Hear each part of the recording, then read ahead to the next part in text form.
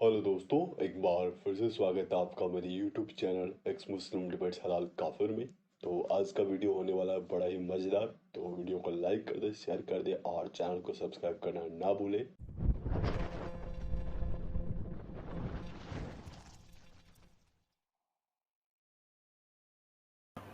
जी, बहुत-बहुत स्वागत है अब्बास भाई। हेलो ज़फ़र भाई, शुक्रिया मुझे इनवाइट करने के लिए।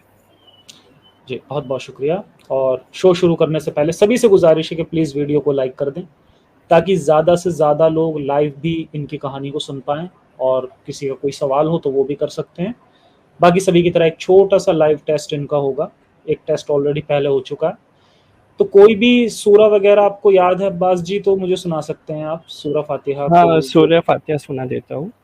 जी। तो बिस्मिल्लाहिर्रहमानिर्रहीम, अल्हम्दुलिल्लाहि रब्बिल आलमीन, अर्रहमानिर्रहीम, मालिक यौमिद्दीन, इय्याका नअबुदु व इय्याका नस्तईन, इहदिनस सिरातल मुस्तकीम, सिरातल लज़ीना अनअमता अलैहिम, गैरिल मग़दूबि अलैहिम वलद्दाल्लीन। बहुत बढ़िया। ठीक है, तो अब्बास भाई अब आप अपनी स्टोरी हमें बचपन से क्या कुछ आपने देखा, कैसे आप अपने मज़हब से बाहर आए, इतनी जहाँ कट्टरता होती है, मुझे भी पता है, मैंने भी देखा है। तो थोड़ा बताएँ हमें, क्या कुछ हुआ, कैसे आपने ये सब रियलाइज़ किया? वो थोड़ा स्टोरी शेयर करें अपनी। अच्छा, तो जी। जब मैं बड़ा हो रहा था तो लगभग 6 साल की उम्र में मैं मदरसा जॉइन किया था और हुँ, लगभग और 6 साल तक 6 से 11 की एज तक मैं मदरसा में पढ़ा था। वहाँ पे बेसिक अरबिक पढ़ना और लिखना हुँ, सिखाया गया था, नमाज़, कुरान और वुज़ू करना और वो सारी बेसिक इस्लाम की तरबियत दी गई थी मुझे। जी। तो जब 6 साल की उम्र में था तो बेसिकली वहाँ पे मदरसा में सब इस्लाम की अच्छी-अच्छी रिवायतें मोहम्मद साहब की, इमाम हसन की, इमाम हुसैन की, मौलाना अली की, सबकी अच्छी-अच्छी रिवायतें बताई गई थी और काफ़ी अच्छी-अच्छी स्टोरीज़ बताई गई थी। तो सबसे पहले मेरे डाउट्स वहीं बचपन से मदरसा से ही आने स्टार्ट हो गए थे। जब सबसे पहले मुझे ये बताया गया था कि इस्लाम इस दुनिया में आया इस तरीके से कि अल्लाह का पैगाम लेके जिब्राइल नीचे आते थे, मोहम्मद साहब को अपना पैगाम देते हुँ, थे और मोहम्मद साहब पूरी दुनिया को सबको वो पैगाम बताते थे। जब मैंने हुँ, ये बात सुनी, तब मेरे दिमाग में पहला डाउट आया, यार वो मोहम्मद साहब जिब्राइल तो सिर्फ़ मोहम्मद साहब को दिखाई देते थे और किसी को दिखाई नहीं देते थे। ऐसे तो हुँ। कोई भी किसी को भी बना सकता है, मतलब सही इसका बात तो है। कोई ये बात तो एकदम हवा में। हुँ, तो ये वो पहला डाउट था जो मतलब 6 साल की उम्र में मेरे दिमाग में आ गया था और इस बात को मैं आज तक कभी हज़म ही नहीं कर पाया कि इस तरह से मतलब ये तो कुछ लगा ही नहीं, ये तो कोई प्रूफ़ ही नहीं है कि अल्लाह का पैगाम है। हुँ, उसके अलावा फिर काफ़ी सारी रिवायतें वग़ैरह बताई जाती थी, उनके बारे में अच्छी-अच्छी बातें, जैसे कुछ-कुछ याद है मुझे। जैसे कि एक कहानी बताई थी कि एक कुआँ था, कुएँ के आस-पास कुछ बच्चे खेल रहे थे। हुँ, तो सारे बच्चे खेल रहे थे, सिर्फ़ एक बच्चा साइड में बैठा हुआ था क्योंकि उसकी आँखें नहीं थी, वो पैदाइशी अंधा था, वो हुँ, बच्चा। हुँ, तो मोहम्मद हुँ, साहब और एक और साहबा दोनों देख रहे थे, तो साहबा ने मोहम्मद साहब को बोला कि ये बच्चे के साथ तो नाइंसाफ़ी हुई है, इसकी आँखें नहीं हैं, तो ये तो बहुत गलत हो रहा है, तो आप अल्लाह से गुज़ारिश करो से कि इसकी भी आँखें आ जाएँ। तो हुँ। उन्होंने दुआ की, वो बच्चे की भी आँखें आ गई और फिर वो बच्चा ने आके पहले तो आके बाकी बच्चों के साथ खेलना शुरू किया। फिर थोड़ी उन्हें देर बाद धक्का उसे देने लगा। धक्का देके कुएँ में गिराने लग गया। सुनी हुई है मेरी, हाँ। हाँ, तो फिर उसके बाद ये हुआ कि फिर साहबा ने बोला, "अरे नहीं, ये तो बाकी सब बच्चों को मार रहा है कुएँ में गिरा के, उससे अच्छा है तो ये अंधा था तो वो साइड में बैठा रहता वही अच्छा है।" हुँ, तो कहने स्टोरी का तात्पर्य ये था कि अल्लाह जिसको जो कुछ भी देता है, जो कुछ भी करता है, वो सब सोच समझ के और सली सब सोच समझ के उसने सब सही काम किया है अल्लाह ने। तो हुँ, तभी मेरे दिमाग में ये क्वेश्चन आया कि अगर अल्लाह ये बच्चे को आँखें दे सकता है, तो ये बच्चे हुँ। का कै दिमाग का वो प्रॉब्लम, दिमाग का केमिकल लोचा जो बोल लो, वो भी ठीक करके उसको ठीक कर सकता था कि उसके बाकी बच्चों को धक्का ना दे कुएँ में। बिल्कुल, बिल्कुल। यही तो लॉजिक है जो लोग लगाते नहीं। हाँ, हुँ, मतलब कुरान और हदीस इतना डिटेल में ना भी पढ़ो लेकिन बेसिक लॉजिक भी लगा लो तुम, तब भी तुम्हें समझ में आ जाएगा कि ये सारी बनाई हुई बातें हैं। हुँ। मतलब सही बात। किसी भी रियलिटी के टेस्ट को ये सब बातें पास नहीं करती। फिर हुँ, अ, फिर और 1-2 बातें हैं जैसे कि हाँ, मेरे एक आधे फ्रेंड ने मदरसा में ये भी बात पूछी थी कि ये कुरान को माना के साथ, मतलब के साथ पढ़ सकते हैं क्या, वगैरह वगैरह। तभी हमारे जो मदरसा के टीचर थे उन्होंने क्लियरली बोल दिया था कि कुरान समझ के पढ़ने के लिए आपको बहुत ज़्यादा, मतलब ये लगता है बहुत ज़्यादा आपको स्टडी करना पड़ेगा, ये करना पड़ेगा, तो आप ऐसे ही नहीं पढ़ सकते, तो ऐसे ही किसी को पढ़ना भी नहीं चाहिए। सीधा-सीधा ना बोल दिया था कि कोशिश भी मत करना मतलब के साथ पढ़ने की। और मेरे आस-पास जो भी मैं जितने भी लोगों को देखता हूँ, आज तक किसी ने कुरान ऑलमोस्ट किसी ने मतलब के साथ नहीं पढ़ा है। अभी तो इंटरनेट वगैरह है तो सब अवेलेबल है, तो फिर भी कुछ लोग जाके पढ़ लेते हैं। लेकिन जनरली मेरे फैमिली में, फ्रेंड्स में जनरली किसी ने भी कुरान मतलब में के साथ नहीं पढ़ा है। तो वो सारी बातों से रोक दिया गया था। फिर ये एक बुढ़िया थी जो मोहम्मद साहब पे कचरा फेंकती थी, कचरा वो वाली रिवायतें भी हमें बताई जाती है काफ़ी हद तक। तो वो सारी चीज़ें भी है जो हमको, वही सब बेसिक सारी चीज़ें हैं वो सब बताई जाती थी। डिस्पाइट माय क्वेश्चंस, मैं मदरसा की एज तक तो काफ़ी हद तक फिर भी मैं मानता था, मैं बिलीव करता था, इवन दो मुझे बहुत सारे क्वेश्चंस थे और वो सारे बातों के जवाब भी नहीं मिले, लेकिन फिर भी मैं काफ़ी हद तक मानता था और बाकी सबके साथ मैं भी फॉलो कर लेता था, सब कर लेता था। फिर धीरे-धीरे मेरी उम्र बढ़ती गई और फिर मैं हुआ अराउंड 18-20 साल का जब हुआ, तब मुझे और दुनिया समझ में आने लग गई, बाकी सारी चीज़ें, बहुत सारी चीज़ें समझ में आने लग गई। तो फिर मैं जब देख रहा था कि भाई जो मेरे कम्युनिटी से, हर फैमिली में से जो पैसा लिया जाता है वो बहुत ज़्यादा है, और ये सारा पैसा लिया जाता है और इन रिटर्न हमें कुछ इतना ज़्यादा मिलता भी नहीं है। तो अच्छा। फिर मुझे समझ में आने लगा ये सारा तो पैसे का भी खेल है, ये सब रिलीजन के नाम पे ये लोग पैसा लूट रहे हैं, और वो देना भी पड़ेगा हर फैमिली को, नहीं तो फिर वो कम्युनिटी का अलग प्रेशर आएगा, और वो लोग के पास भी बहुत सारे रिवर्स है तुम्हारी फैमिली पे, और तुम्हें भी कम्युनिटी में रहना है, तुम्हारे घर पे भी फेस्टिवल आएगा, कुछ होगा, तो तुम्हें भी मस्जिद वालों के, मुल्ला मौलवियों के पास जाना ही होगा, तुम उनको छोड़ नहीं सकते। हाँ सही बात है, कोई मरेगा उसके जनाजे की कौन नमाज पढ़ाएगा, फिर बहुत फिर सारी शादी दिक्कत हो है। गई, शादी सब हो गई, चीज़ों के लिए उसमें फिर, निकाह के लिए चाहिए, मौलाना साहब चाहिए। हाँ, तो उन सब के लिए तो फिर तुम्हें उनके पास जाना पड़ेगा, और अगर तुम्हारी फैमिली का रिकॉर्ड खराब है या तुम आड़ी-टेढ़ी हरकतें कर रही है तुम्हारी पैसे फैमिली, तो नहीं दे फिर रहे। मतलब नॉट आड़ी-टेढ़ी, मतलब ऐसी कुछ उनकी गुड बुक्स में नहीं हो तुम, तो फिर वो थोड़ी प्रॉब्लम भी हो सकती है। हाँ, नहीं वो वो तो सब, सीधा बहिष्कार ही कर देंगे, वो तो फिर कह देंगे भैया तुमने तो पैसे दिए नहीं थे अब कम्युनिटी के लिए, हाँ, तुम्हारा काम क्यों करें हम। तो वो सब भी कम्युनिटी में बातें हैं। रहना भी हाँ प्रॉब्लम की बात है, तो सही वो बात। सब भी बातें तो उनके हिसाब से एक हद तक तो चलना ही पड़ेगा तुमको, अगर कम्युनिटी के अंदर रहना है तो। तो वो सारी चीज़ें मुझे समझ में आने लग गई कि हाँ भाई ये तो सब पूरा एक बिजनेस है, और मुझे जो कोर बिलीफ है उस पर तो डाउट बचपन से ही था, ऊपर से ये सिर्फ पैसे का मैटर भी और समझ में आने लग गया। उसके अलावा जब मैं टीनेज और उसके बाद से जब मैं ग्रो हो रहा था, तो मेरे 2-4 दोस्त थे, तो बाकी सब तो कोई फ्रीली बात नहीं करता था फैमिली वगैरह में ये सब बातों को लेके, लेकिन हम दोस्तों में आपस में काफ़ी फ्रीली बात करते थे ये सारे इश्यूज़ को लेके, और जितना हम बात अच्छा, करते ये जो थे पैसों उतना की हमें बात क्लियर थी, होता था। ये पैसों की जो हुँ, बात थी, ये आपकी कम्युनिटी में कुछ रूल बनाया था कुछ लोगों ने मिलकर ऐसा कि भैया ये हम मजलिस काइंड ऑफ वजलिस एक से करेंगे ऐसे। रूल ही है, पूरा सेंट्रलाइज़ सिस्टम है। तो तुम अच्छा अच्छा, हाँ कि मतलब उसी पैसे से हम मजलिस करेंगे, उसी पैसे से मजलिस हम आगे। करेंगे, सब फेस्टिवल्स भी हाँ। ऑर्गेनाइज़ करते हैं उसी पैसे से। तो है, उन हम्म, लोग का भी है, मतलब उनको भी मैं ये नहीं बोलता हूँ बिल्कुल पैसे की ज़रूरत नहीं है, लेकिन जितना लेते हैं वो बहुत ज़्यादा है। और वो पैसा लेके वो लोग तो बहुत अच्छी ज़िंदगी जी रहे हैं, मतलब बाकी लोगों अच्छा। से तो बहुत ज़्यादा बेटर ज़िंदगी जी रहे हैं वो लोग तो। हम्म। तो वो सारी चीज़ें भी है। हम्म।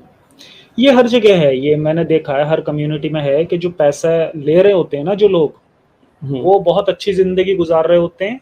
मैंने खुद देखा है, एक वो थे, जो ये क्या नाम है जो मस्जिद का वो करते हैं ना, वो थे हुँ, एक मौलवी साहब।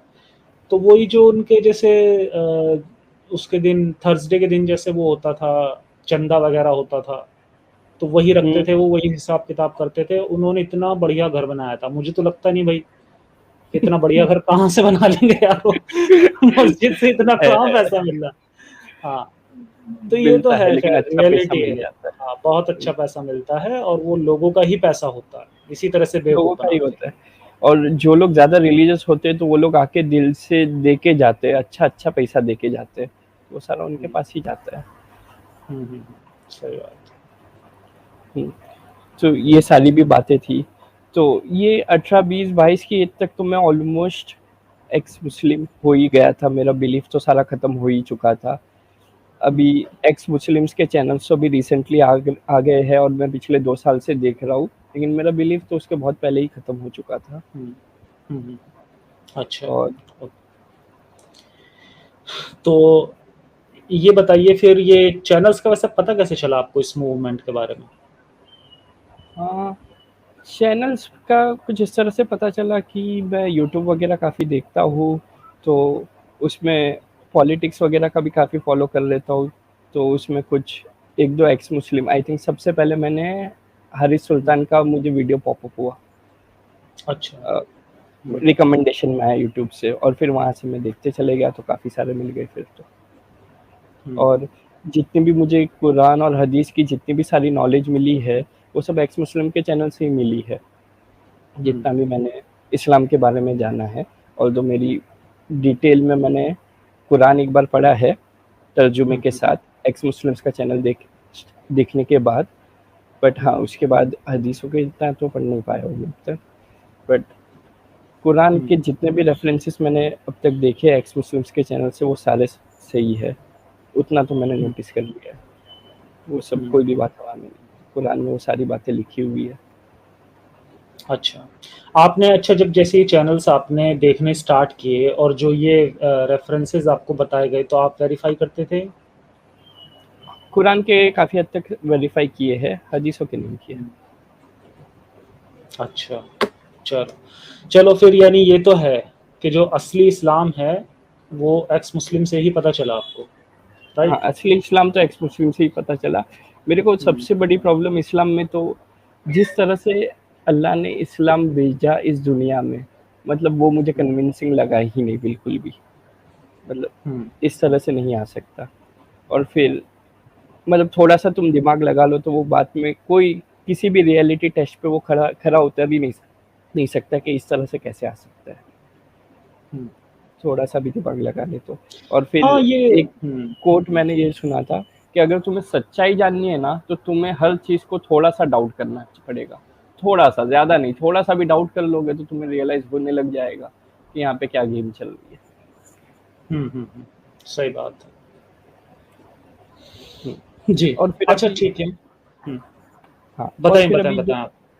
हाँ, और फिर अभी जब इस्लाम इस्लाम से थोड़ा मैं जब अभी दूर हूँ, तो अभी कम्युनिटी से दूर हूँ। कम्युनिटी से दूर या जो भी है, जितना दूर हूँ, तो उसमें और 2-4 प्रॉब्लम्स होती है, ये सब चीज़ों की वजह से। जैसे कि एक चीज़ है कि शादी-आदी में प्रॉब्लम होती है। जैसे कि अब तक मेरी काफ़ी लड़कियों के साथ बात इसलिए नहीं बनी, क्योंकि मैं बिलीव नहीं करता, मैं एथिस्ट हूँ, अल्लाह में बिलीव नहीं करता, इसके लिए काफ़ी प्रॉब्लम है। तो ये सारी कुछ-कुछ प्रॉब्लम्स है, जो आपको कम्युनिटी के अंदर, इस्लाम के अंदर फेस करनी पड़ती है, जो कि आपकी बेसिक चीज़ें हैं, वो पूरी नहीं हो पाती है, अगर आप थोड़ा-सा अलग ट्रैक पे भी गए तो। तो हुँ, ये सारी प्रॉब्लम्स आती है। फिर हर इंसान एक सोशल एनिमल होता है, तो हुँ, उसको एक कम्युनिटी की तो ज़रूरत होती है, चाहे वो कुछ भी हो, एथिस्ट हो, मुस्लिम हो, कुछ भी। तो अगर ये हुँ, कम्युनिटी वगैरह छूट जाती है, तो हुँ, फिर वो सब भी थोड़ी प्रॉब्लम होती है, क्योंकि we human beings are social beings. हुँ। तो ये सारी चीज़ें की प्रॉब्लम है थोड़ी बहुत। तो आपने ये बात क्या अपने घर पे भी बताई कि आप एक्स मुस्लिम हो गए हैं? जैसा आपने बताया कि लड़की-वड़की से आप शादी के लिए बात करते हैं। तो हुँ। ये चीज़ आपने घर पे भी बताई अपने कि आपका बिलीफ हाँ, नहीं रहा? हाँ, मेरे घर वालों को पता है, मैंने बता दिया है। तो मेरी फैमिली का बैकग्राउंड ऐसा है कि वो लोग हुँ, वैसे तो 5 टाइम की नमाज़, थोड़ा-सा कुरान और सारे फेस्टिवल्स वगैरह अटेंड करते हैं, लेकिन बहुत ही ज़्यादा कट्टर नहीं है इन दैट वे कि एकदम ही कट्टर नहीं है। तो जब मैंने मेरे फैमिली-वैमिली को भी बताया, मेरे डैडी-वैडी को जब मेरे को बताया कि मेरा कोई बिलीफ-विलीफ नहीं रहा, तो मेरे डैडी ने एकदम गुस्से में बोल दिया, आज से तू मेरा बेटा नहीं, मैं तेरा बाप नहीं। ऐसे गुस्से में बोल दिया। फिर अच्छा। ठीक है, कुछ दिनों बाद फिर वो बातें भी नॉर्मल हो गई, तो वो सब भी हुँ, है। बट उनको भी थोड़ा टाइम लगा मुझे इस तरह से एक्सेप्ट करने में, बट अभी उन लोग को भी रियलाइज हो गया कि अभी मेरा बिलीफ नहीं है, तो वो लोग भी कुछ कर नहीं सकते इस चीज़ के लिए। वो लोग क्या, मैं खुद भी कुछ नहीं कर सकता इस चीज़ को लेकर। अब नहीं मान सकता मैं कुछ, ये चीज़ है जो मुझे सेंस नहीं बना रही है। अच्छा, तो आपके घर में फिर कोई और एक्स मुस्लिम बना, ये केवल आप ही रहे? नहीं, अब तक तो कोई और एक्स मुस्लिम नहीं हुआ बना। और वैसे मेरे फैमिली में ऐसे, अगर मैं कुछ काउंटर पॉइंट ऐसे रखने की कोशिश करूँ जो मतलब जो नेगेटिव सेंस में हो, जो या इस्लाम को थोड़ी सी भी बुरी लाइट में दिखाए, तो वो लोग सुनना ही नहीं चाहते उन पॉइंट्स को। हाँ, ये बहुत बड़ी प्रॉब्लम है। तो कभी डिस्कशन ही नहीं होता। वो लोग आपस में भी डिस्कशन करेंगे कभी, तो सिर्फ अच्छी बातें करेंगे। तो मैं भी कभी कभी ट्राई करता हूँ कुछ कुछ बातें रखने के लिए। जैसे एक बार बीच में मेरी फैमिली में एक बार डिस्कशन हो रहा था, तो इमाम हसन की ऊपर बात हो रही थी। तो किसी मजलिस में ही किसी आलिम या किसी ने तो बोला था कि इमाम हसन की अराउंड 57 वाइफ्स थी। ठीक है, हम नंबर पे डिबेट कर सकते, 57 थी, ज़्यादा थी, कम थी, लेकिन इतनी सारी वाइफ थी। तो इमाम हसन के लिए? इमाम हसन के लिए, हुसैन नहीं, हसन। हाँ, हाँ, तो इमाम हसन के लिए ये जो थी, तो मैंने घर पे बाद में ऐसे ही डिस्कशन हो रहा था, तो मैंने ऐसे ही क्वेश्चन किया कि इमाम हसन की इतनी सारी वाइफ थी, तो मतलब ये आपको सही लग रहा है? मतलब इस तरह से होना और चाहिए वैसे था? 4 हैं, वैसे तो 4 बताई है ना नबी करीम वैसे ने। तो 4 कैसे? बताई है, फिर भी इतनी सारी वाइफ्स है। तो मेरे फैमिली मेंबर ने कहा कि वो ज़माना ऐसा था कि वहाँ पे है ना, सब लोग है ना, मतलब जो होते हैं लोग, वो वहाँ पे है ना बंदियाँ, लौंडिया बना लेते थे उस ज़माने में। तो इमाम हसन तो उनको दर्जा देके उनको बीवी बनाते थे, और फिर उनको अच्छी इज़्ज़त से उनको ज़िंदगी जीने देते थे, तो वैसे थे वो। तो फिर मैंने बोला कि हाँ, मैंने ये भी देखा है कि इमाम हसन की खुद की काफ़ी सारी बंदियाँ भी थी, लगभग 300 के 300 के तो आसपास। हाँ। मैंने बोल दिया, ऑल्दो ये बात आई थिंक मैंने आपकी स्ट्रीम से सुनी थी। ये किसी खिलाफत के वीडियो में खूनी मैंने खेल कवर वाले किया है। वीडियो, हाँ, खिलाफत हाँ, के हाँ। खूनी खेल वाले वीडियोस में। तो मैंने अच्छा। बोली ये बात, तो फिर चुप हो गए, और फिर उससे आगे कुछ बात नहीं की उस पॉइंट पे। तो ज़्यादातर अच्छा। लोग फिर बात नहीं करते ये सब चीज़ों पे। हाँ, अच्छा, एक यहाँ पर ये चीज़ ये आती है कि चलो मान लो कि उन्होंने गुलाम बांदियों को दर्जा दिया अपनी बीवी का, और उन्होंने अपनी बीवी बनाया, तो इमाम हसन पे पैसे की कमी कहाँ थी? वो तो इमाम हुसैन थे बेचारे गरीब, इमाम हसन पे थोड़ी ना कमी थी भाई। किसी और से शादी करते ना उनकी, उनके भाई बन जाते, उनके बाप बन जाते, हाँ, लड़के को गोद लेके उनकी शादी कर देते, तब तो हम मानते वो भी। भी है, वो भी है, हम्म, हम्म, लेकिन बनाना वाइफ ही था, शादियाँ करनी थी। हम्म, ऑल्दो मेरे फैमिली में अगर जो भी लड़कियाँ भी है, वो लोग खुद अपने लिए कोई सौतन पसंद नहीं करेगा, कोई नहीं कोई नहीं पसंद करेगा। करेगा, कोई नहीं और फिर ये करेगा, लेकिन और उन ये भी तो उस कहा बात को जाता है ना, जस्टिफाई करेंगे। हाँ, ये भी कहा जाता है कि इस्लाम जो है वो एक उसका फितरत का मजहब है। मतलब यहाँ पर फितरत का ध्यान रखा जाता है इंसान की। जैसे मर्द की फितरत होती है कि उसे बहुत सारी औरतें मिलें, इसीलिए उसके लिए 4 बीवी अलाउड की हैं, मरने के बाद इसीलिए उसे 72 हूरें मिलेंगी। तो ये फिर फितरत ही कहाँ हुआ जब आप औरत की फितरत का ध्यान, औरत की भी तो फितरत है कि उसे अच्छा नहीं लगता जब उसकी कोई सौतन आती है। तो यहाँ तो नहीं उसकी लगेगा, फितरत कोई का ध्यान नहीं एक्सेप्ट नहीं रखा करेगा जाता। ये चीज़। आज की तारीख में तो कोई नहीं एक्सेप्ट करेगा। जी, चलिए वैसे आपसे। मेरा एक सुन्नी फ्रेंड है, उसके साथ ऐसे अच्छा। ही बात हो रही थी। वो सुन्नी है, तो ऐसे ही बात हो रही थी। तो वो बात करते-करते बोल रहा था कि उसके साथ मेरी इस्लाम पे भी वैसे काफ़ी बात होती रहती है इन जनरल, और उसको पता भी है कि मैं कुछ मानता नहीं हूँ। तो ऐसी बात होते-होते उसने बोला कि यार, मैं सोच रहा हूँ दूसरी शादी कर लूँ, उसने ऐसा बोला। तो अच्छा। मुझे पता था उसकी फाइनेंशियल सिचुएशन अच्छी नहीं है। तो मैंने उसको बोला, यार तुम्हारी फाइनेंशियल सिचुएशन अच्छी नहीं है, तो तुम एक वाइफ है अभी, तुम्हारी दूसरी वाइफ होगी तो तुम सबको कैसे सपोर्ट कर पाओगे? तो उस बात पे उसने जवाब दिया कि अगर औरत चाहे तो 200 रुपए में भी अपना घर चला सकती है। मतलब सोचो, इतना सब्जेक्टिव है ये चीज़ कि क्या चीज़ सफिशिएंट है, ये कभी डिफाइन ही नहीं की है कहीं पे। कभी डिफाइन नहीं किया, सही बात है। तो कोई भी इंसान अपने हिसाब से क्या सफिशिएंट है, अपनी मर्जी के हिसाब से या अपनी भूख के हिसाब से बोल देगा कि भाई ये मेरे हिसाब से सफिशिएंट है, इस हिसाब से मैं दूसरी तीसरी कर रहा हूँ। मतलब कितनी जिंदा रहना भी सफिशिएंट है इस हिसाब से। हाँ, तो जिंदा रहना भी सफिशिएंट है वैसे। जिंदा रहना बस ठीक है, समोसा पाव दे दो बस हो गया। हाँ, जिंदा तो रह लेगा इंसान, उसमें रहने के लिए भी रेन बसेरे वगैरह मिल जाते हैं, कई खाने के लिए भी कहीं ना कहीं कुछ ना कुछ बटेरा होता है, वहां से खा पी के काम चला लो। तो ऐसे तो फिर कोई किसी हम उस पर पहुंच ही नहीं सकते ना कि क्या सफिशिएंट है और क्या नहीं है। अगर बात केवल जिंदगी जीने की है तो वो तो किसी भी तरह से पॉसिबल है, बहुत सारे लोग बहुत जी रहे तरीके हैं। से पॉसिबल है। मतलब तो फिर ये तो एकदम ही बहुत ही बहुत ही वेग बात है, और इसका बहुत मिसयूज होगा ऐसी बातों का फिर। सही बात। चलो एक आध हम सुपर चैट ले लेते हैं, फिर आपसे कुछ सवाल भी करूंगा मैं। केशव दास जी का सुपर चैट है इनका, बहुत बहुत शुक्रिया। अच्छा, मेंबर बने हैं ये चैनल के। और नोमैड जी कह रहे हैं कि थैंक यू जफर भाई, keep up the amazing work, जय हिंद वंदे मातरम। जी बहुत बहुत शुक्रिया, जय हिंद वंदे मातरम। और जी फ्री मैन का कह रहे हैं आपका लाइव में गंदगी नहीं होती है, अच्छा लगता है। जी बहुत बहुत शुक्रिया। मेरी कोशिश भी रहती है कि उस तरह की चीज़ें ना हो। वैसे वो डिबेट्स वगैरह में ज़्यादा होती हैं। वैसे अब बहुत जल्दी फिर से हमारा एक शो आने वाला है, तो देखेंगे, उसमें भी मेरी कोशिश ये रहेगी कि ज़्यादा गंदगी ना हो। चले एक और सुपर स्टिकर है एनवी जी का, इनका बहुत बहुत शुक्रिया। सचिन जी का है, कह रहे हैं हम 5 हमारे 45 सबके हाथ में AK-47, love you Zafar from India, बहुत बहुत शुक्रिया। और जी ये इसी बात पे इन्होंने कहा होगा जो भी आपने बताई थी ना कहानी, उसके बेस पे। और सुमित जी कह रहे हैं कि एक एथीस्ट की दूसरे एथीस्ट को छोटी सी हेल्प, सब लोग वीकेंड की पार्टी स्किप करके जफर भाई की हेल्प करें, साइंस जिंदाबाद। बहुत बहुत शुक्रिया सुमित कुमार जी का, बहुत बहुत शुक्रिया। और नेक्स्ट है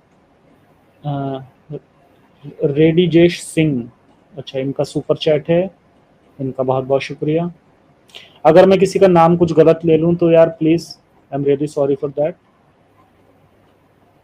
और शिव जी का $49 का इनका सुपर चैट आया है, जफर भाई ये वाली सुपर चैट भी ले लो।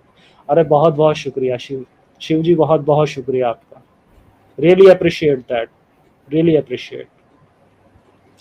तो जी अब आपका सवाल शुरू करते हैं। ये बताएं सबसे पहले तो मुझे, क्योंकि जनरली मैंने ये देखा है कि जो शिया लोग होते हैं ना, वो उन्हें ये बात पता नहीं होती।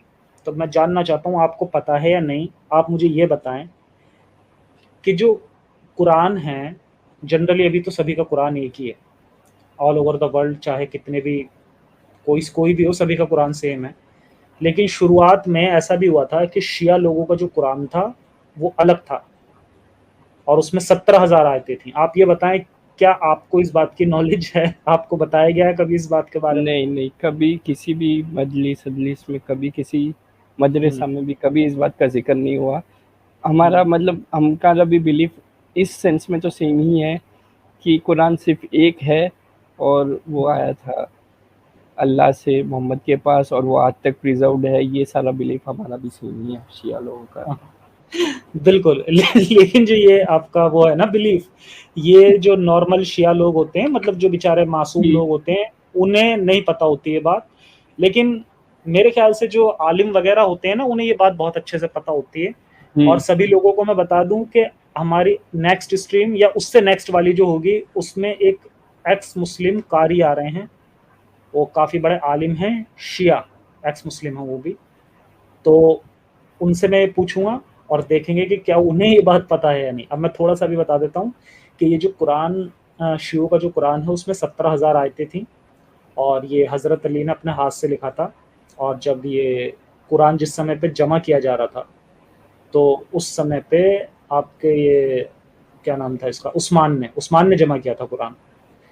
तो हज़रत अली उस्मान के पास गए थे और जाकर उन्होंने कहा था कि भाई ये जो तुम इधर उधर से इतने सारे लोगों से कुरान ले रहे हो, इससे बेहतर है कि तुम मुझसे ले लो, मेरे पास में लिखा रखा है पूरा, मैंने लिख के रखा है। तो उस्मान ने मना कर दिया, क्योंकि इनमें बनती नहीं थी आपस में। ये हम आप चाहे किसी भी एतबार से आप इन किताबों को पढ़ो, आप शियाओं की तरफ से पढ़ेंगे तब भी आपको पता चलेगा कि इन लोगों की आपस में नहीं बनती थी, और अगर आप सुन्नी हदीस से पढ़ेंगे तो वहाँ से भी आपको ये आइडिया मिल जाएगा कि ये कुछ लोगों के आपस में ग्रुप बने हुए थे और ये कभी भी एक दूसरे को मतलब पसंद नहीं करते थे। खिलाफत का खूनी खेल सीरीज अगर आप लोग देखें तो उसमें आपको बहुत इस चीज का आइडिया होगा। तो उसमें ये हुआ था कि 17,000 आयतों का बहुत बड़ा कुरान था वो, और आज के टाइम पे जो हम देखते हैं उसमें सिर्फ 6,000 समथिंग आयतें हैं, 6,666 कुछ आयतें हैं उसमें। तो उसने लेने से मना कर दिया था। तो हज़रत अली ने फिर कहा था कि ठीक है, अगर तुम ये नहीं ले रहे तो अब मैं जा रहा हूँ, और अब ये कुरान तुम्हें मिलेगा क़यामत के रोज़, और हज़रत मेहदी अलैहिस्सलाम इसे लेकर आएंगे। हज़रत मेहदी की जो कॉन्सेप्ट है वो दोनों में सेम है, शियाओं में भी है और सुन्नियों में भी है कि इमाम मेहदी आएंगे। तो उन्होंने ये बोल दिया था। अच्छा, एक इसमें शिया किताबों में भी हमें इस तरह के रेफरेंस मिलते हैं, मतलब ऐसा नहीं है कि सिर्फ मैं जो बता रहा हूँ ये एक सुन्नी एतबार से बता रहा हूँ, शियाओं की किताबों से हमें रेफरेंस मिलते हैं कि एक इमाम है, आप जानते होंगे इमाम जाफर सादिक अलैहिस्सलाम, बहुत जाने माने इमाम है शियाओं के। तो शियाओं की किताब में ये रेफरेंस मिलता है, उन्होंने ये कहा था, किसी को पढ़ते देखा था उन्होंने कुरान को, तो उनसे ये कहा था इस कुरान को मत पढ़ा करो, ये हमारा कुरान नहीं है, और जब हमारा कुरान आएगा वो इमाम मेहदी लेकर आएंगे क़यामत के रोज़, तब उसे पढ़ना। यानी इस तरह की रिवायतें हमें शियाओं की किताबों में मिलती हैं, लेकिन ये बात लोगों को पता नहीं होती। एक जो नॉर्मल शिया होगा वो कभी भी ये बात नहीं जानता होगा, लेकिन आप अगर किसी शिया आलिम से बात करेंगे तो वो ज़रूर बता देगा इस बारे में कि ये रियलिटी है। जी, इस बारे में इतना आइडिया नहीं मुझे। जी हाँ, बिल्कुल नहीं पता होता, ये नॉर्मल बात है, नहीं पता होगा आपको, नहीं पता होता ये जनरली लोगों को। ये सब अच्छा, बातें नहीं करती हैं। हाँ, ये नहीं पता होता क्योंकि आप, मुझे पता है ना कि जो आपकी जो हदीसें होती हैं वो सिर्फ और सिर्फ उनका सारा ध्यान लोगों को ये ब्रेन वॉशिंग कराने पे लगा रहता है कि कैसे हज़रत अली को और इमाम हुसैन को एक ऐसा करैक्टर दिखाना है, रूहानी करैक्टर बनाना है उन्हें, और वो उन्हीं की स्टोरी लेकर घुसाए रहते हैं। ये एक बात है, हम लोगों में हजरत अली और इमाम हुसैन इन दोनों को बहुत ज्यादा रोमांटिसाइज किया जाता है। मतलब मोहम्मद से भी ज्यादा बातें हजरत अली और इमाम हुसैन की होती है हम लोग की, इसमें ज्यादा रिवायतें, ज्यादा स्टोरीज भी इन दोनों के बारे में ज्यादा बताई जाती है एज कम्पेयर टू मोहम्मद साहब।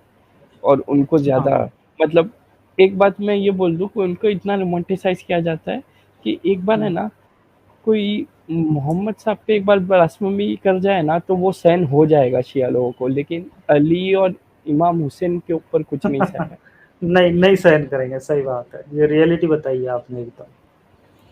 और किताबें भी सब अलग होती हैं, हदीसें वो कभी नहीं मानते, जैसे बुखारी की हदीस हो गई, सही मुस्लिम, ये हदीसें भी नहीं मानते शिया लोग। शियों की जो किताबें हैं, एक नहजुल बलागा है और एक है उसूल काफ़ी, ये 2-3 किताबें हैं, बस इन्हीं को माना जाता है और कोई मानते भी नहीं है।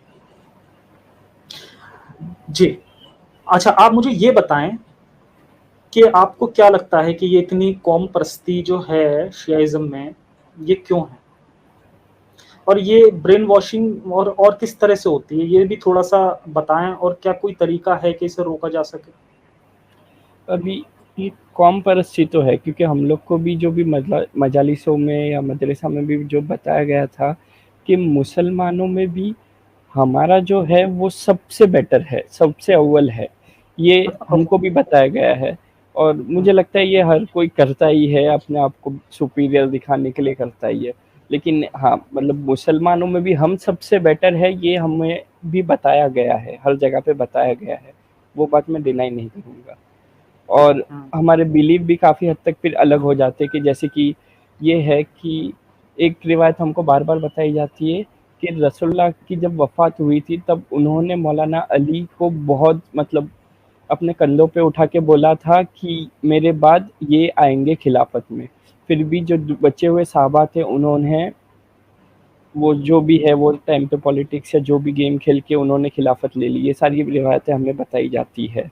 और अच्छा, ये सुन्नियों में भी है ये रिवायत, पता है, ये जो ये वाली बात आपने मुझे बताई, ये बड़ी वैसी बात है, ये अजीब बात है कि ये सुन्नियों की किताब में भी ये हमें लिखा हुआ मिलता है कि हज़रत अली ने अपना वो चुन लिया था इन्हें, अपना नेक्स्ट खलीफा अपने बाद में, हजरत अली को चुन लिया था। उन्होंने कहा था कि जिसका मैं मौला उसका अली मौला।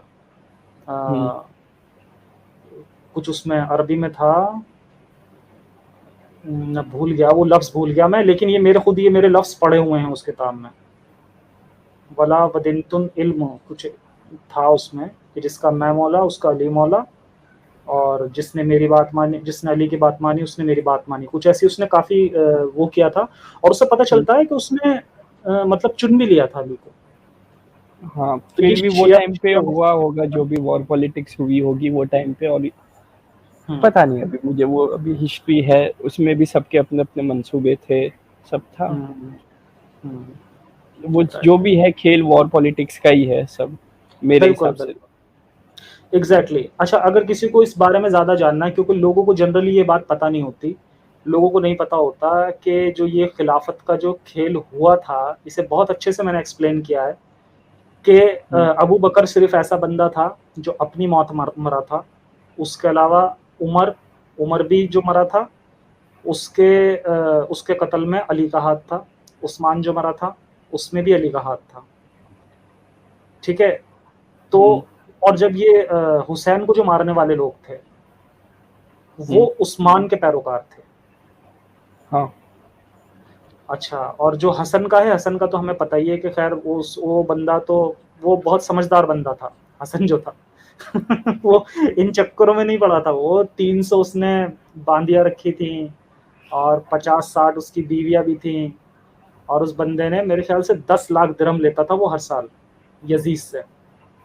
और उसके बाद फिर उसने यजीद ने उसे मरवा दिया था जहर देके। हाँ। तो ये जितना भी था इनमें आपस में ही लड़ भिड़ के मरे थे। और किसी को ज्यादा जानना है तो मेरी सीरीज जरूर देखें, खिलाफत का खूनी खेल।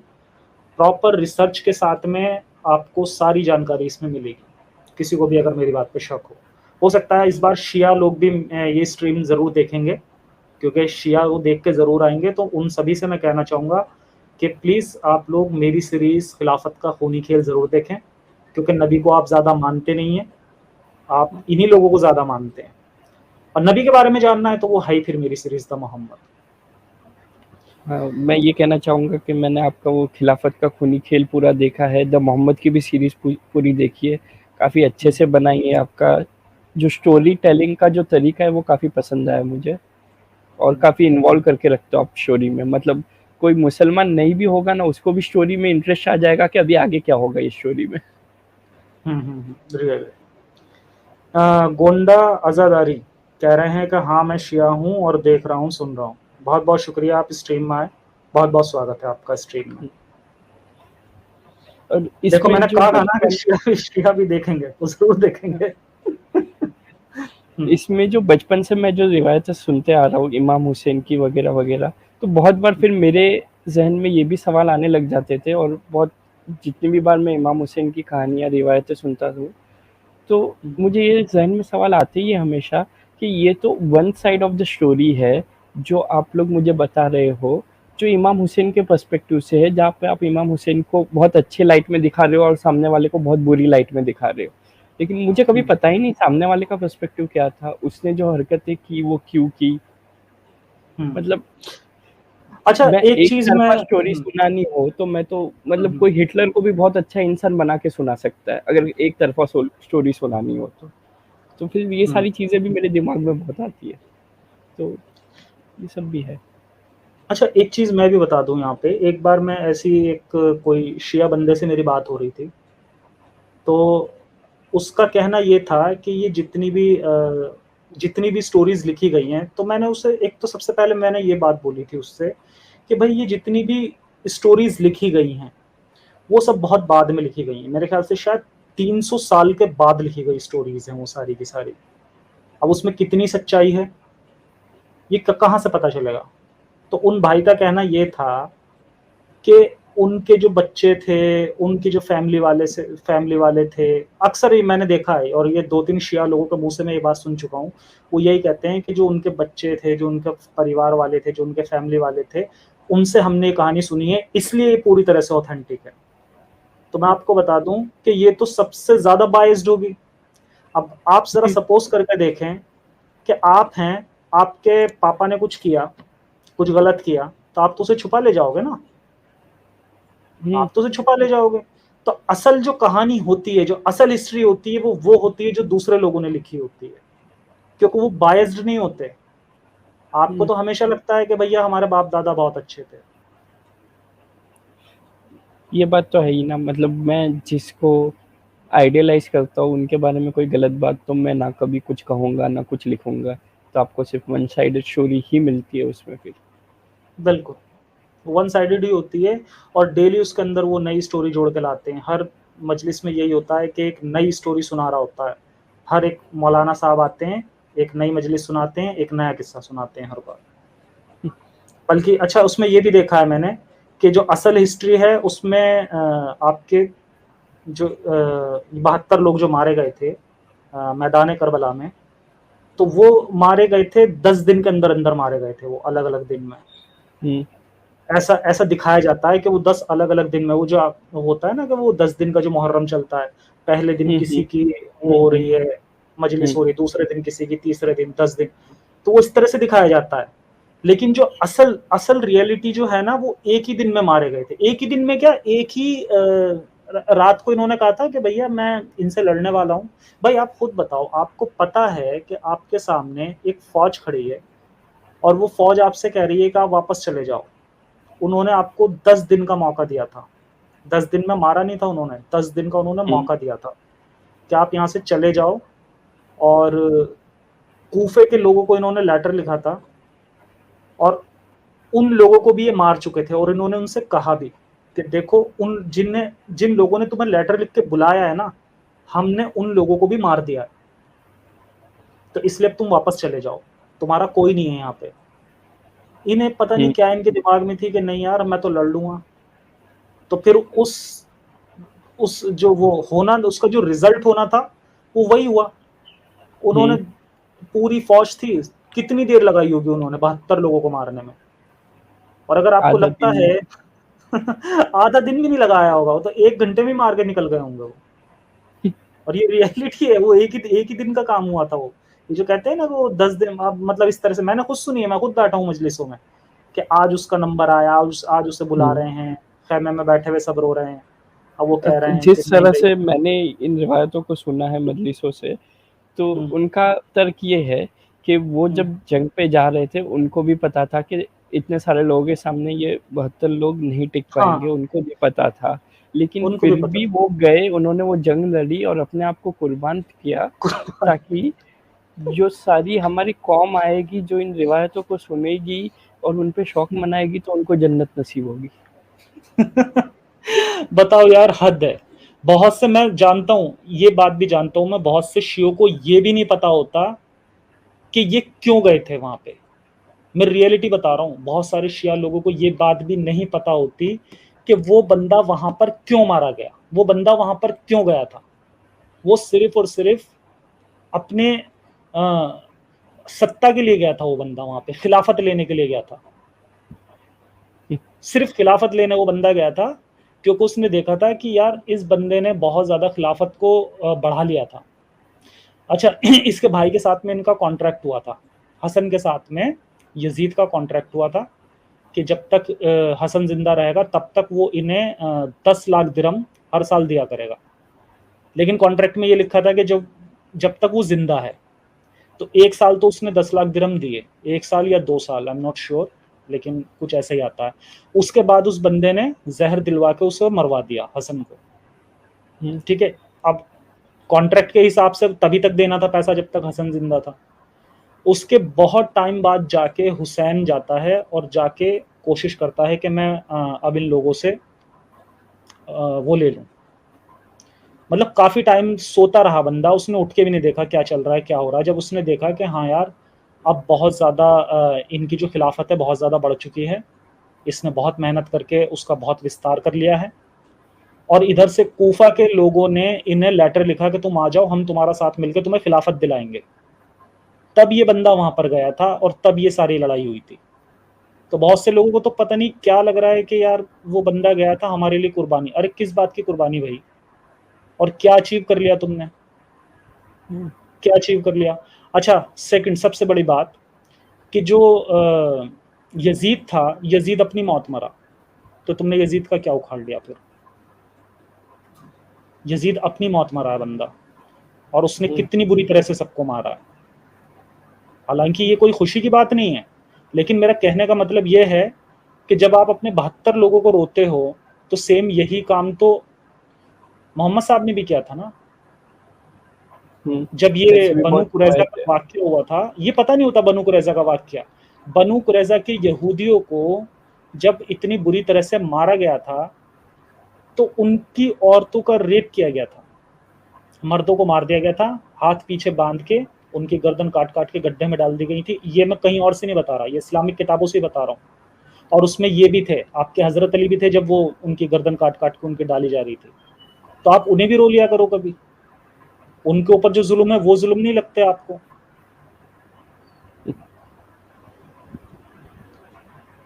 तो ये है डबल स्टैंडर्ड है ये भाई, उनको भी रो लो कभी।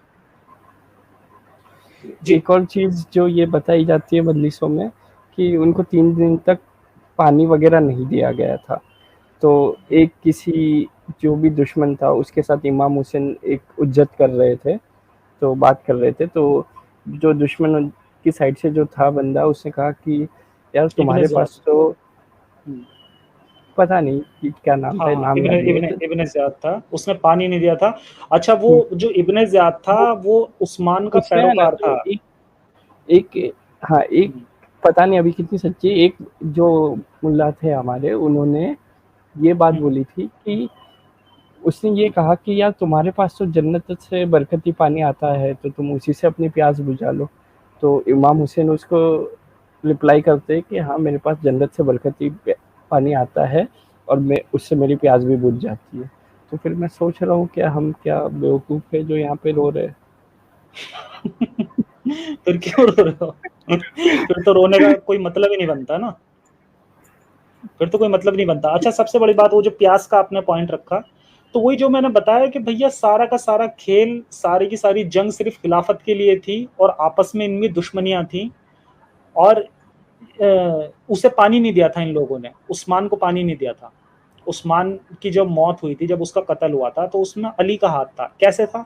अली ने पाला था अबू बकर के बेटे को, जिसका नाम था मोहम्मद बिन अबू बकर। ठीक है। अच्छा, मोहम्मद बिन अबू बकर चाहता था कि जब वो जिस समय अबू बकर मरा था ना, तो वो छोटा बच्चा था, तो उसे अली ने पाला था। ये बात भी नहीं पता होती शियों को।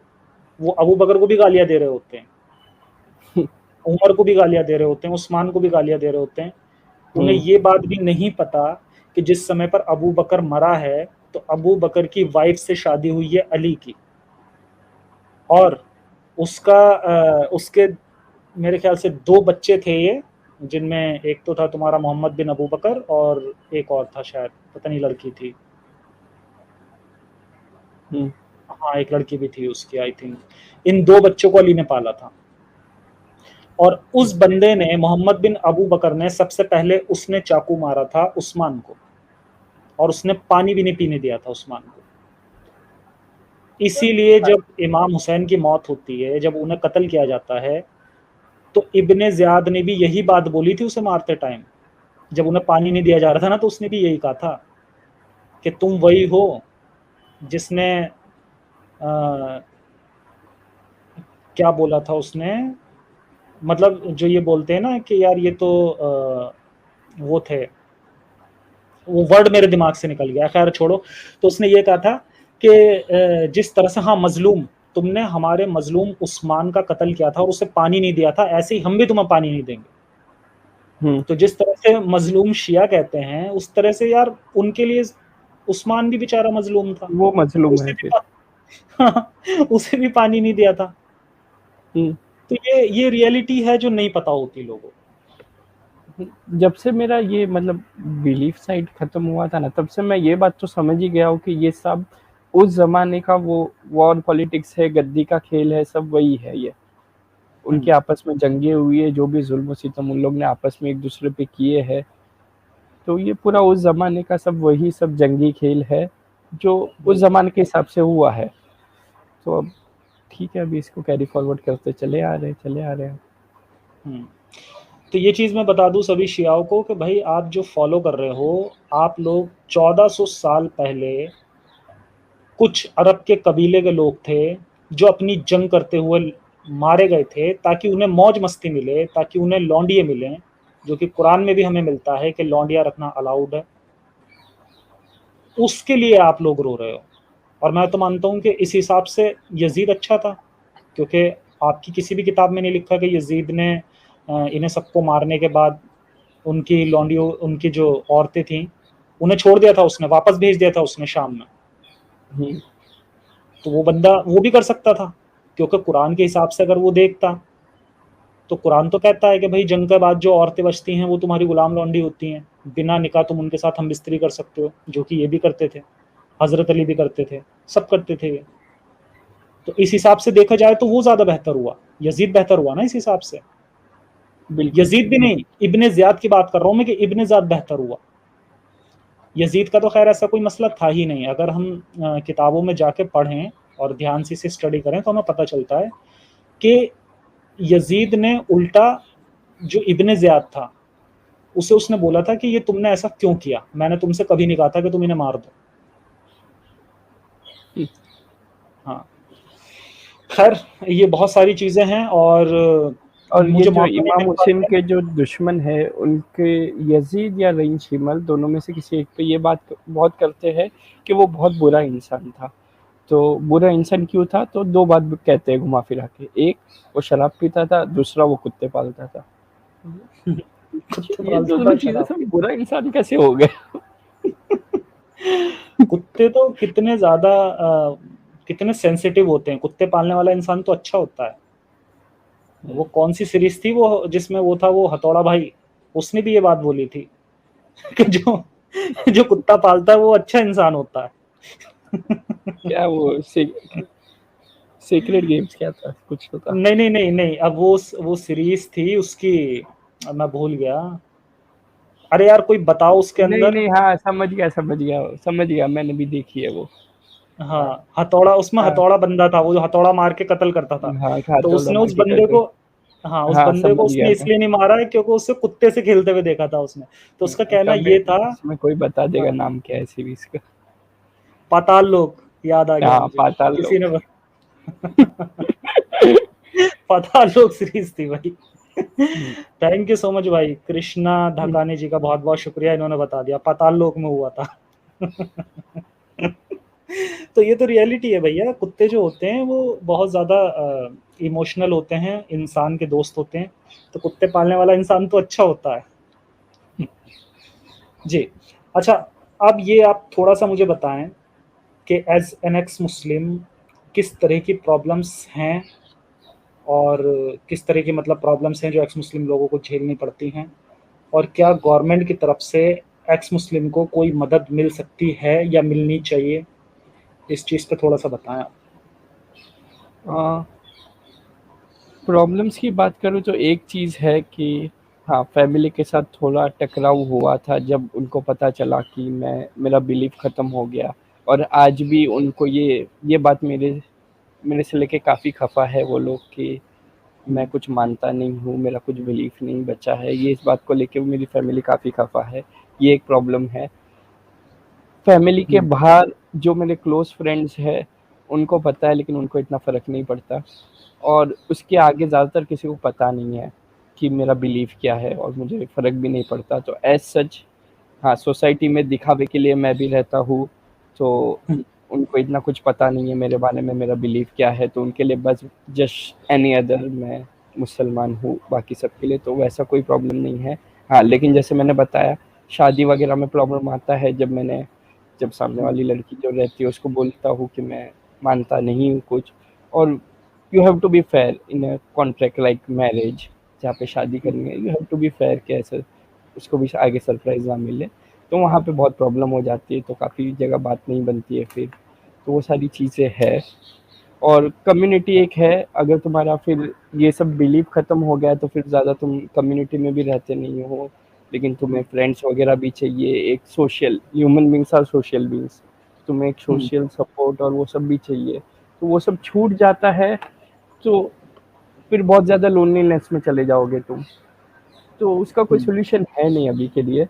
मे बी एक दिन एक्स मुस्लिम मूवमेंट इतना आगे बढ़ जाए कि कोई और आएगा जो कम्युनिटी इस्टेब्लिश करेगा, कोई और आएगा जो शायद मैट्रिमोनी एक्स मुस्लिम मैट्रिमोनी बना ले, कोई और आएगा जो कुछ और कर लेगा। तो इस हम्म, तरह से बनते बनते बनेगा, अभी तो बहुत इनिशियल स्टेज पे है। हम्म। चले बहुत बढ़िया। अच्छा, मैं कहना चाहूंगा कि अगर हमारी स्ट्रीम कोई एक्स मुस्लिम शिया लड़की देखें तो वो प्लीज कांटेक्ट करें। अरे आपके लिए लड़की ढूंढ देंगे यहीं पे। वो भी ठीक है। सबसे बढ़िया प्लेटफॉर्म है ये, आपको बहुत अच्छी लड़की मिल जाएगी यहाँ से। हाँ, अगर कोई है तो प्लीज मुझे कांटेक्ट जरूर कीजिएगा, अब्बास भाई बहुत अच्छे इंसान हैं। चले, अच्छा, अब लास्ट में यही सवाल है आपसे मेरा कि कोई मैसेज आप देना चाहेंगे लोगों के लिए। लोगों के लिए मेरा एक ही मैसेज है कि ठीक है, मैं ये तो मानता हूँ कि हर कोई ऐसे ही अपना मज़हब, अपनी कम्युनिटी छोड़ नहीं सकता, लेकिन एटलीस्ट रैशनल बन जाओ, अपनी अक्ल लगाओ और समझो कोई चीज़ जो बोल रहा है वो क्यों बोल रहा है, सारे जो वाक़यात हुए थे वो क्यों हुए थे, और उसकी एक अंडरस्टैंडिंग रखो। एकदम ही पागल मत बन जाओ रिलीजन के पीछे, थोड़ा बहुत एक लेवल तक फॉलो करना पड़ता है सोसाइटी के लिए, उतना मैं मानता हूँ। लेकिन एकदम ही पागल मत बन जाओ रिलीजन के लिए, कट्टरता को ख़त्म कर दो। भले हम्म। मुसलमान रहना है तो रहो, उसमें कुछ ये नहीं है मज़हब को फ़ॉलो करना, बट कट्टरता ख़त्म कर दो। बस यही कहना चाहूँगा मैं सबको। बहुत बढ़िया, बहुत बहुत अच्छा मैसेज दिया इन्होंने। और मैं भी यही कहता हूँ कि भले ही आप अपने रिलीजन में बने रहें, कोई प्रॉब्लम नहीं है, लेकिन यार कट्टरता को छोड़ दें, क्योंकि ये बहुत ज़्यादा खतरनाक है। और बल्कि मैं ये भी कहता हूँ, एक चीज़ मैं अपनी तरफ से और इसके अंदर जोड़ता हूँ, और वो ये कि ब्लास्फेमी बहुत ज़्यादा ज़रूरी है। अगर आप कट्टर नहीं हैं तो हो सकता है कल को आपके बच्चे कट्टर बन जाएं। इसलिए मेरा मानना ये है कि नबी की और कुरान की, इनकी जो बहुत ज़्यादा लोगों के अंदर रेस्पेक्ट है ना, वो रेस्पेक्ट नहीं रहनी चाहिए।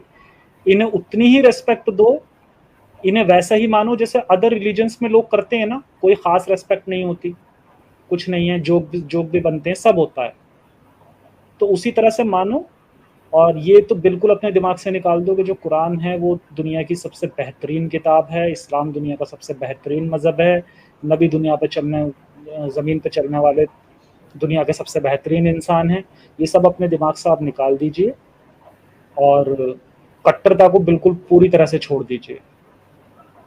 तो अब आज का हमारा टाइम हो गया पूरा, बहुत इस बहुत पे एक शुक्रिया। और बात मैं ऐड करूँगा, जो ये कहते हैं कि कुरान सबसे बेहतरीन किताब है, मैंने सिर्फ एक बार पढ़ी है तर्जुमे के साथ, और मुझे कुछ समझ नहीं आई किताब, सच्ची बोलूँ तो, क्योंकि कहाँ शुरू हो रही है, कहाँ खत्म हो रही है, क्या वाक़या बहुत है, कुछ कंफ्यूजिंग कुछ समझ किताब है। नहीं आता। मतलब मैं क्यों पढ़ रहा हूँ, मतलब कुछ इंटरेस्ट भी नहीं आएगा वो किताब में, मतलब कुछ समझ, कोई स्टोरी टेलिंग है ही नहीं उस किताब में, मतलब। कुछ नहीं है, कुछ नहीं है, वो मुझे पता है, क्योंकि उसके अंदर, अभी मैंने पीछे भी मैं एग्जांपल दे रहा था कि सूरह निसा में औरत की बात हो रही है, बीच में अचानक से जंग की बातें आ जाती हैं, जिहाद की बातें आ जाती हैं। बिल्कुल लूली लंगड़ी किताब है, कहीं कुछ नहीं है उसके अंदर ऐसा जो आपको लगे कि भैया ये तो एकदम सुपर हिट किताब है, इसके अंदर तो साइंस भरा पड़ा है और ये है और वो है, ऐसा कुछ नहीं है। किसी भी किताब, जितने लोग इसके अंदर से चमत्कार निकाल के लाते हैं, मैं चैलेंज के साथ कह रहा हूँ, कोई भी आप एक कार्टून की भी एक बुक्स उठा लीजिए, कोई कोई नॉवल उठा लीजिए, और जितनी शिद्दत के साथ आप कुरान में लगते हैं ना चमत्कार ढूंढने, उसी शिद्दत से अगर आप किसी भी बुक में लग जाएंगे, उतने ही चमत्कार आप निकाल के दिखा सकते हैं। कोई बड़ी बात नहीं। अरे वो मैथ्स की बात तो मुझे मतलब पता ही है कि वो किसी भी किताब में निकल सकती है, ये सारे नंबर मैजिक जो भी बोलते हैं ना, वो किसी भी किताब में, मैं ऐसे ही किसी भी बुक में रैंडमली निकल एक पैराग्राफ लिखूंगा ना, उसमें भी कुछ ना कुछ नंबर मैजिक निकल जाएगा। बिल्कुल, ये ऐसे सिर्फ ही। बेवकूफ बनाया जाता है लोगों को, ये नंबर मैजिक और ये दुनिया भर की बातें बता के। बाकी कुरान में कितना साइंस है, क्या है, वो सब आप मेरे चैनल से सीख सकते हैं। मेरे चैनल पर दुनिया भर की आपको वीडियोस मिल जाएंगी, जिसमें इन सारी सच्चाई से पर्दा हटाया गया है, और किस तरह से ये जो जाकिर नालायक जैसे लोग आपको बेवकूफ़ बनाते हैं, उस पे भी मेरे चैनल पे आपको बहुत सारी वीडियोस आपको मिल जाएंगी। बहुत अच्छा लगा आपसे बात करके अब्बास भाई, अपना ख्याल रखें। बहुत बहुत शुक्रिया ज्वाइन करने के लिए। आप लोगों ने वीडियो यहाँ तक देखा तो आई होप आपको वीडियो बहुत पसंद आया होगा। वीडियो पसंद आया है तो वीडियो को लाइक कर दे, शेयर कर दे और चैनल को सब्सक्राइब करना ना भूले। बात करें वीडियो की तो हमेशा की तरह ही बड़ा मज़ेदार और इंटरेस्टिंग वीडियो था। आप लोगों को वीडियो कैसा लगा अपनी राय कमेंट बॉक्स में ज़रूर दें। आज के लिए इतना ही, मैं मिलता हूँ आप लोगों से अगले वीडियो में। थैंक यू सो मच, अपना ख्याल रखें।